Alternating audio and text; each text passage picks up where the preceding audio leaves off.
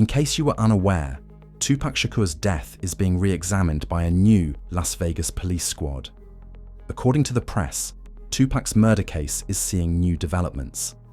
Fans think Snoop is to blame for Tupac's death after new evidence was discovered, and rappers in the industry, including Diddy, Suge Knight, and Snoop Dogg, are all set to be detained and questioned.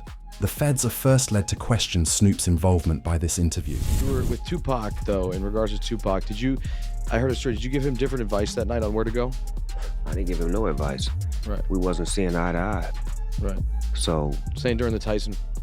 Yeah, this incident that I'm explaining to you right now was the day before that. Okay. So when they got to Vegas, they went their way, I went back. I mean, when we got to LA, they went to Vegas and I went home. That's why I wasn't in the car. Last-minute changes prevented Snoop Dogg from joining Tupac and Suge Knight at the BMW, likely due to a fight between the two the day before. Last time me and Tupac was on the same page, and I did an interview with Angie Martinez, and she asked me, how did I feel about Puffy and Biggie? And I told her that I like their music and I want to do music with them. Bro didn't like that, Tupac didn't like that, so we had a misunderstanding. So on the flight back to LA, I didn't feel comfortable around them for what they had did, as far as I didn't let my security ride with me. So to protect myself and to, prevent from happening, I slept under a blanket with the knife and the fork just in case something was to go wrong. The cops are quite suspicious that Snoop might have received a tip because the Tupac murder occurred within 48 hours.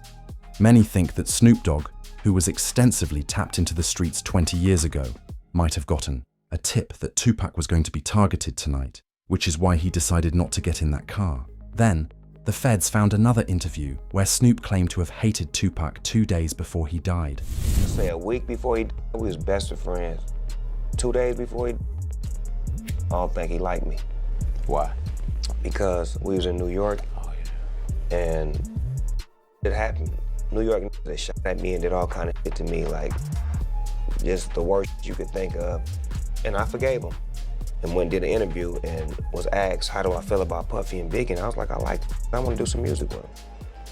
And I just rubbed Cuz the wrong way, like tried to me out at you, and you talking about you want to do a song with it. I wasn't thinking about his emotions. I was thinking about the way I felt at the time.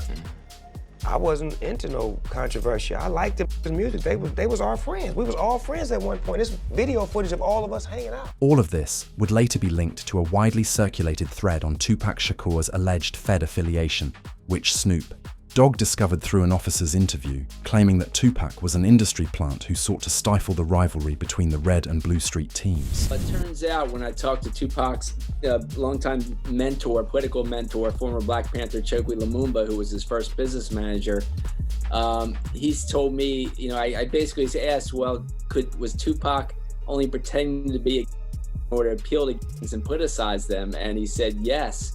And that was part of his thug life agenda that he came up with his imprisoned stepfather, Mutulu Shakur. And so Tupac was just using that in order to get the leaders to call peace truces, first in Los Angeles, then throughout California, and then throughout the country. And that was why he was pretending to be this type. And really, he was just an intellectual prodigy. Obviously, the plan didn't work out, and he passed very unexpectedly. Once Snoop discovered that Tupac was a Fed, it made logical sense that he wouldn't want to be near him in Las Vegas. However, after analyzing the information they discovered, investigators investigating Tupac's murder also developed the intriguing hypothesis that he is still alive. It actually begs the question, because in 2010, an interview with rapper Trey really turned things around. Oddly, Trey disclosed in this 2010 interview that he and Tupac had previously been friends and had even worked together on a few records. But the cameraman dropped his camera on the floor at the end of the interview because he had forgotten to stop recording.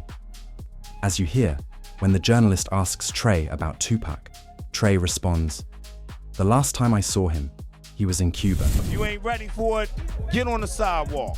Earl. One last question.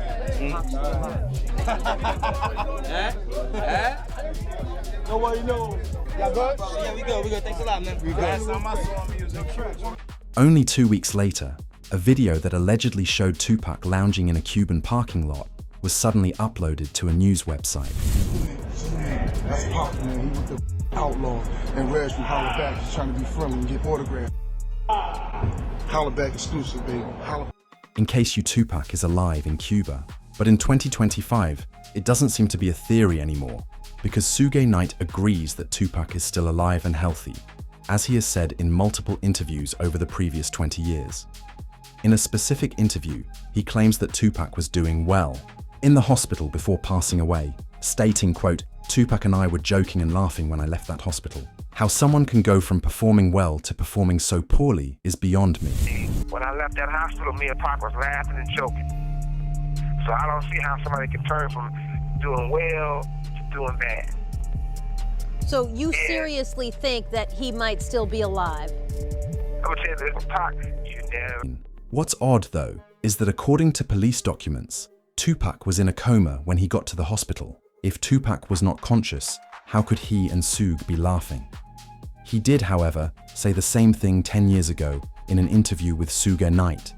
Tupac is still alive and doing well. He was conscious on the way to the hospital. He was conscious on the way to the hospital. He was conscious in the ambulance. He was conscious after they did the surgery.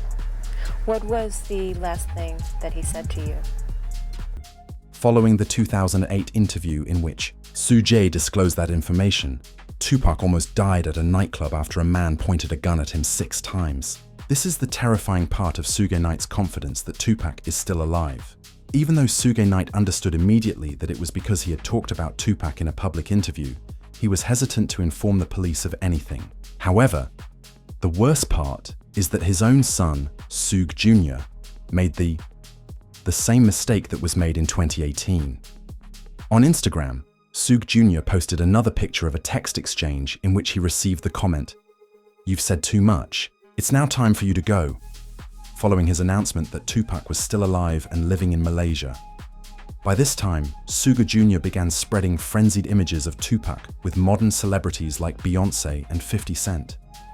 He wrote, "He never left us, but they'll be after me soon," as a caption for the photo of Tupac and Beyoncé, suggesting that he was being hunted down for sharing all of this information. Some individuals believe it was a publicity stunt to help Suge Jr. gain social media clout, but others believe it was real and that Suge Jr. would have the greatest understanding of the matter because his father was there at the court. You'll begin to see the holes in the story when you contrast all of that with the police reports surrounding Tupac's passing. First, Tupac and Suge Knight, the head of his record company, were in Las Vegas on September 7, 1996. After the event ended, the two saw an OP in the hotel lobby while they were on their way to the MGM Grand to watch a Mike Tyson bout. Suge Knight and their entourage went to the Mike Tyson, the MGM Grand. Keefe D and his nephew, Orlando Lane Anderson, and 2 of their friends were also there. Keefe D told LAPD Detective Greg Kading more than a decade ago, in a proffer that couldn't be used against him, the thing was retaliation after Tupac jumped Orlando and up at the casino. Surveillance cameras recorded the fight. Tupac was angry that Lane had stolen his necklace years prior in Compton. Tupac, Suge Knight, and the entourage left the casino quickly. When security broke up a confrontation between Tupac, Suge, and the operations at around 11 p.m., Tupac and Suge had to go back to their hotel to change before going to a club to have a wild time. After getting into their black BMW and starting it, they headed down Las Vegas, pausing at a red light on the way to the club. The car next to them would pull up at the light, and they would begin to converse as they drove there. About Tupac's concert at the Club 662. Members, including Orlando and Keefe D, jumped in their white Cadillac and started cruising the strip looking for the offender. Before long, they finally spotted Tupac's caravan. At the intersection of East Flamingo Boulevard and Koval Lane, the white Cadillac pulled alongside the black BMW with Suge on the driver and Tupac on the passenger seats. The back window of the Cadillac rolled twice in the chest, once in the arm, once in the thigh. The consequences of the tragedy remained a mystery for 14 years. The authorities started to investigate the case and found a disturbing interview conducted by a man called K.D. Kefi. D explains how he located Tupac and practically pulled up on him with weapons at the beginning of the interview, which was done on DJ Vlad's broadcast. And Bubble Up was the driver, and Baby Lane and Freaky were in the back seat. We were just all in the car together. Just say that. This was the white Cadillac. Yeah. So you guys are driving around, and then you hear these girls say, "Tupac, Tupac." Got to the light. We was gonna go drink, and he happened to be hanging out the window. He was hanging out the window like he was in a parade. Tupac? Yeah, he was. So what happens next? You said that as you're driving up towards the BMW, with Suge driving and Tupac in the passenger. Kefi D said, however, that Tupac was the only person targeted in the incident since he began reaching for a gun as soon as the opposing automobile stopped at the red light.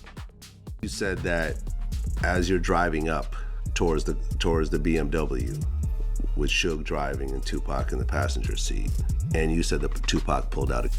It looked like he was reaching, yeah. Yeah, it did. Okay. Yeah. Did you actually... No, once he got to reaching, I got to ducking. So someone from your car started at Tupac and Suge. Since many people didn't think Kefi D was telling the truth, this suggests that Tupac knew something was about to happen in the street. He consequently released never-before-seen footage of a police interview on the night of the crime. You say Suge looks over, he sees you? He looks right at you? Yeah, he looks at me. Okay. When he looks over at you, and then, Tupac's busy getting evidently, the story is Tupac's trying to either get out in of the back seat or something. Yeah, what do you see happening inside of their car? I seen him going Suge head. I thought he was. So Orlando husband's car crossed Dre? He leaned over on the window, we rolled down the window. In the end, the court filings would even include Kefi D's response to Tupac's death, which shows his true thoughts. Yeah, I hate that happened, dog. I really do, man. It took a lot of people's lives, dude. Hate that happen. Probably to God. I feel that was wrong, man. It was just wrong, purely wrong. You know what I'm saying? I wish it had never happened. You know what I'm saying? That's my opinion on it. Wish it never happened, dude. At this point, things start to go a little weird and it will be exposed. Kefi D writes about his role in Tupac's demise in his book, Compton Street Legend. Why is he still being arrested for the crime 10 years after he even admits to perpetrating it and knowing the people who did it? Since Tupac is still alive and the evidence in this video is getting too close to solving the mystery, fans believe it's a cover-up. Therefore, they believe that locking up an elderly guy for the crime will slow down the news. Remember, it's Hollywood, so you never know what goes on behind closed doors.